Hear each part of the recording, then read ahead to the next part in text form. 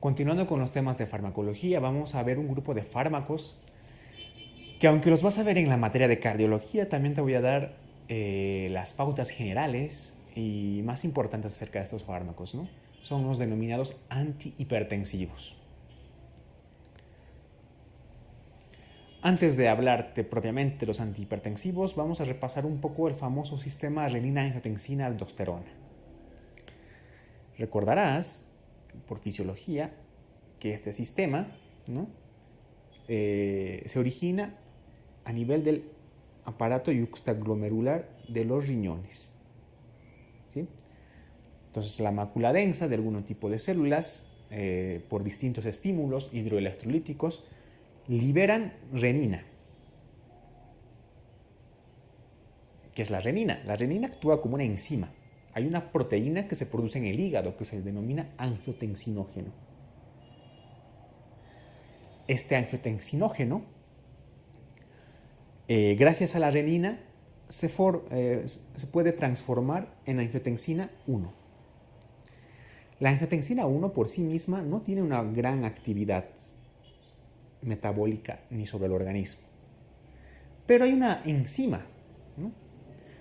Que se llama enzima convertidora de angiotensina, que actúa sobre esta nueva proteína, la angiotensina 1.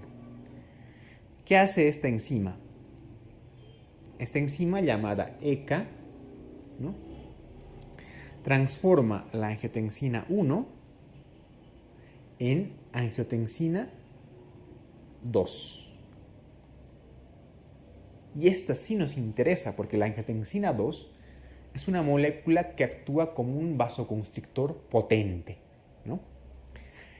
¿Qué más? La enzima convertidora de angiotensina tiene otras funciones menos importantes, ¿no? Dice que ayuda a catabolizar los péptidos no activos en bradicininas y sustancia P, por ejemplo, ¿no? Entonces, estas bradicininas y sustancias P se convierten en péptidos no activos, ¿no? Entonces, ¿qué crees que hagan los fármacos que inhiban este sistema? De alguna forma, no permiten que la ECA cumpla sus funciones. Por lo tanto, si no hay ECA, no hay angiotensina. Y por otra parte, esas bradicininas se siguen acumulando. Y como vamos a ver más adelante, son la causa por lo que algunos fármacos, como los IECA, por ejemplo, tienen un efecto adverso que es la tos. Bien.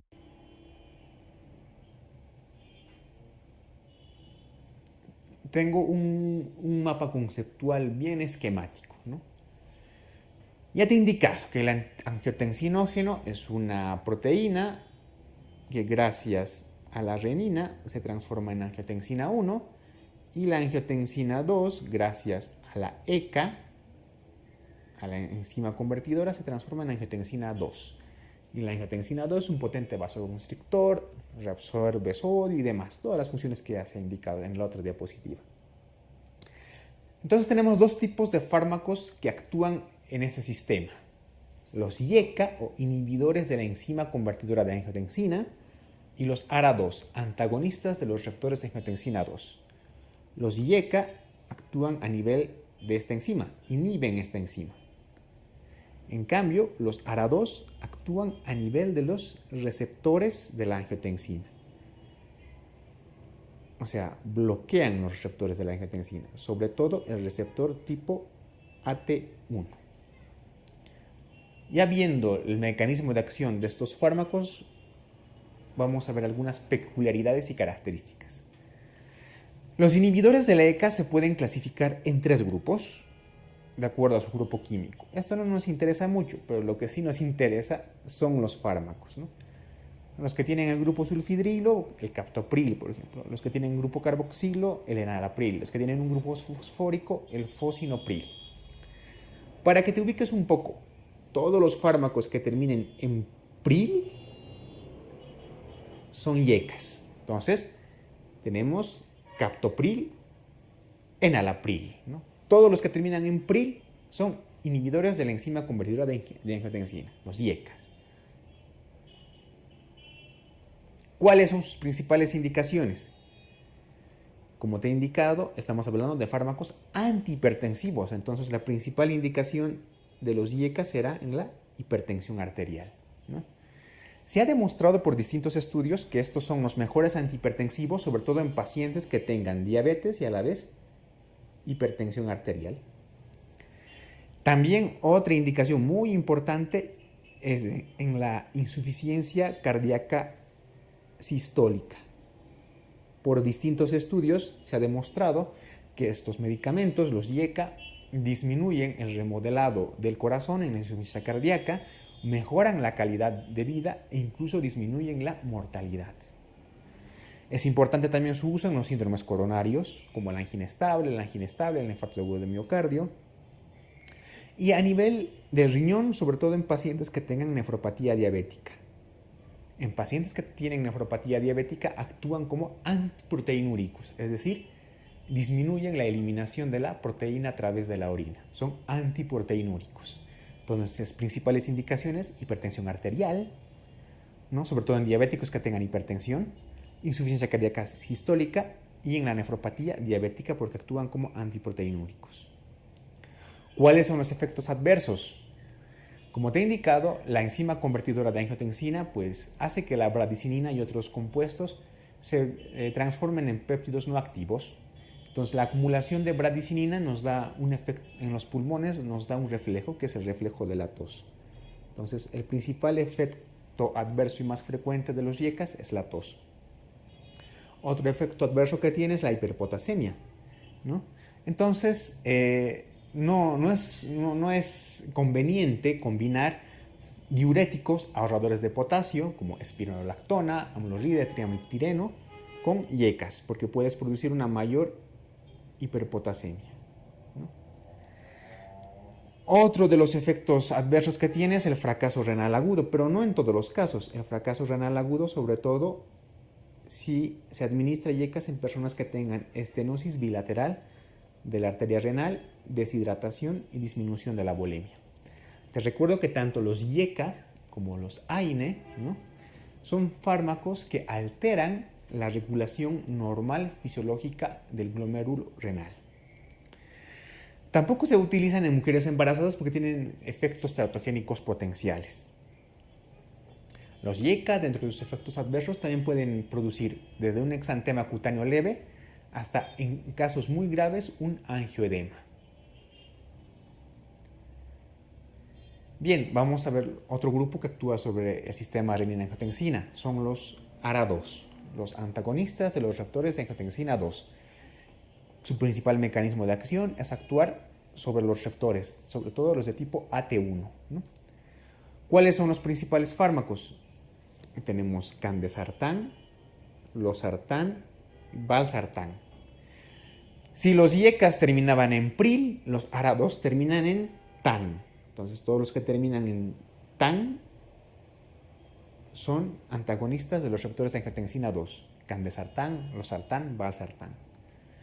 ¿Cuáles son sus principales indicaciones? El tratamiento de la hipertensión arterial, es decir, son antihipertensivos, ¿no? También en la insuficiencia cardíaca sistólica, sobre todo en pacientes que no toleran bien los IECAs. Y al igual que sus primos, los IECAs, en la nefropatía diabética. Te recuerdo que no hay una clara superioridad entre ambos fármacos, ¿no? Hay distintos estudios que demuestran que ARA2 y IECAs pues, tienen similar potencia farmacológica.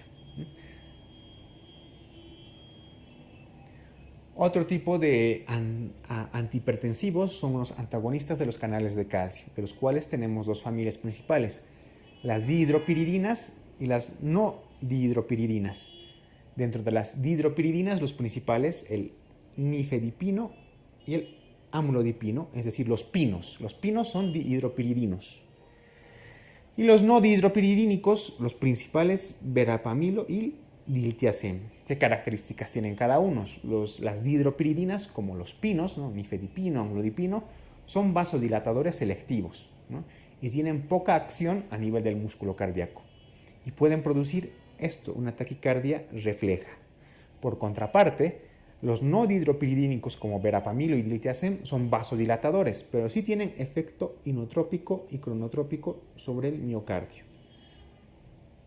Y son bradicardizantes, ¿no? Son inotrópicos y cronotrópicos negativos los no dihidropiridínicos. ¿Cuáles son sus principales indicaciones? ¿No? Obviamente la hipertensión arterial, por su efecto vasodilatador, ¿no? En la cardiopatía isquémica se utilizan como antianginosos. ¿Por qué? Porque te he indicado que son inotrópicos y cronotrópicos negativos, ¿no? Entonces disminuyen el consumo de oxígeno por el miocardio. También se utilizan en algunos casos como antiarrítmicos. Verapamilo y diltiazem te he indicado que disminuyen la velocidad de conducción del nódulo auriculoventricular. Y también son fármacos de elección en la insuficiencia cardíaca de tipo diastólico. Efectos adversos. Pueden producir edemas en miembros inferiores, pueden producir mareos, rubor, estreñimiento, pueden causar reflujo gastroesofágico, esto es importante, están contraindicados en personas que tengan esta enfermedad del reflujo gastroesofágico porque pueden empeorar, ¿no? Y hay que tener mucha precaución en usar verapamilo combinado con un betabloqueante, porque recordarás que los betabloqueantes también son frenadores del nódulo auriculoventricular y combinados con verapamilo puedes frenar aún más, ¿no? Y en muchos casos esta combinación betabloqueantes con verapamilo están contraindicadas. Bien, hasta aquí hemos visto algunos fármacos antihipertensivos típicos, ¿no? Hay otros antihipertensivos que ya los hemos visto en otras familias, por ejemplo, los betabloqueantes. Los betabloqueantes que los hemos visto en el sistema nervioso autónomo, ¿no? Carvedilol, atenolol, propanolol, también tienen actividad antihipertensiva. Otros fármacos antihipertensivos también son, por ejemplo, los diuréticos, como hemos mencionado en temas anteriores, ¿no? Por ejemplo, la hidroclorotiazida, ¿no? Es un buen antihipertensivo. Y hay otro tipo de diuréticos que se llaman vasodilatadores de acción central. Entre los que tenemos la hidralacina. La hidralacina es un antihipertensivo que actúa directamente sobre el músculo liso y produce una vasodilatación arterial, ¿no? Reduciendo la hipertensión arterial. Hay otro tipo de antihipertensivo que es un derivado de los nitratos, ¿no? El nitroprusiato de sodio, que es un potente hipotensor, o sea, gracias a su mecanismo de acción con el óxido nítrico, nitroprusiato de sodio, ¿no? Dilata los vasos arteriales y produce una fuerte hipotensión. Por lo tanto, nitroprusiato de sodio está indicado en la emergencia hipertensiva. Cuando llegues al tema de farmacología de hipertensión, vas a ver que la combinación de distintos antihipertensivos son específicas para patologías también específicas, ¿no? Como ejemplo, en diabéticos con hipertensión, los indicados son los IECAS o los ARA2. Bien, en esta imagen te muestro una estructura molecular muy particular, ¿no? Que es referida hacia algún fármaco. Hemos visto los principales temas de la farmacología.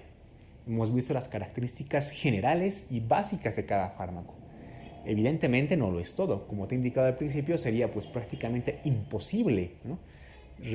Tener todas las características farmacológicas estudiadas en estas videoclases. Pero lo que queremos es que tú puedas afrontar de una manera adecuada las preguntas a la residencia médica. Y te hemos dado los datos más claves y característicos de los distintos tipos más importantes de fármacos. Entonces, repasa bien la farmacología y a por la siguiente materia. Muchas gracias.